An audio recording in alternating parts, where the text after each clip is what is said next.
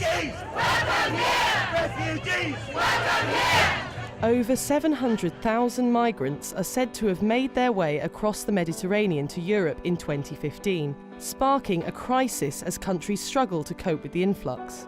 Eurostat statistics show that over 500,000 refugees have been granted asylum, but not all of those arriving in the UK are as fortunate.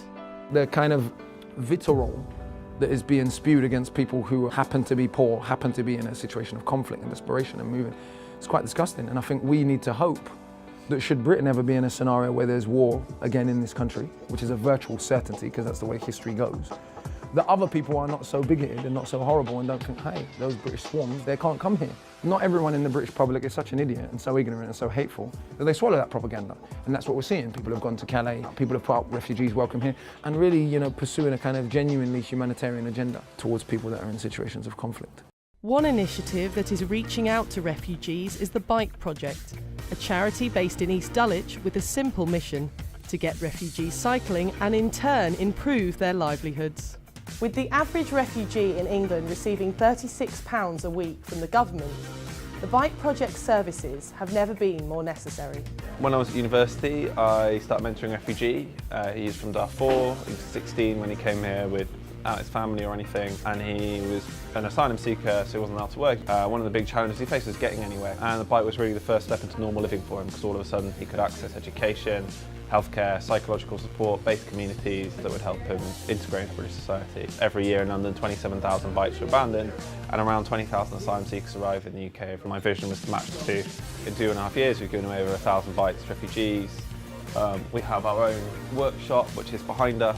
It's a really good way for people who don't necessarily have a chance to interact with refugees or asylum seekers or people from different countries and cultures, and people that want to just learn some bike mechanics themselves. Anyone can come down. I come from Ivory Coast in West Africa.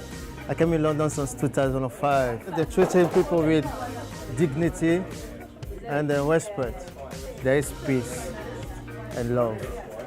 What do you think are the biggest struggles that you faced in your country before you came here? I'm a politician, and if I'm going back to my country with the civil war that happened to my country right now, I will face persecution.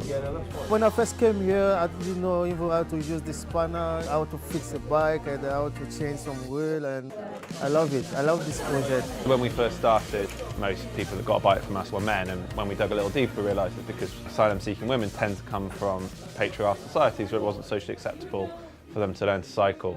One refugee was happy to share her experiences of the project, but requested to remain anonymous. I've lived in London for 6 years. I wasn't very confident to cycle on a road here. I've never cycled in London and it is very scary. We are trying to do a long ride so that we know how to be safe on road, what's the rules and regulations. So it's very, very helpful. Nobody can live with £35 a week, and especially when they give you a voucher, which is you can go only to a certain shops. I know women, they've been in this situation for 15 years.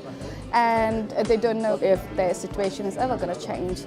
Coming here, meeting new people, they're nice to us, and they're doing something which makes a difference. It gives us a hope that not everybody is the same. There are people in this country that they care. We need to see some changes, and we need to see people receiving their visas. One day maybe, things will be different.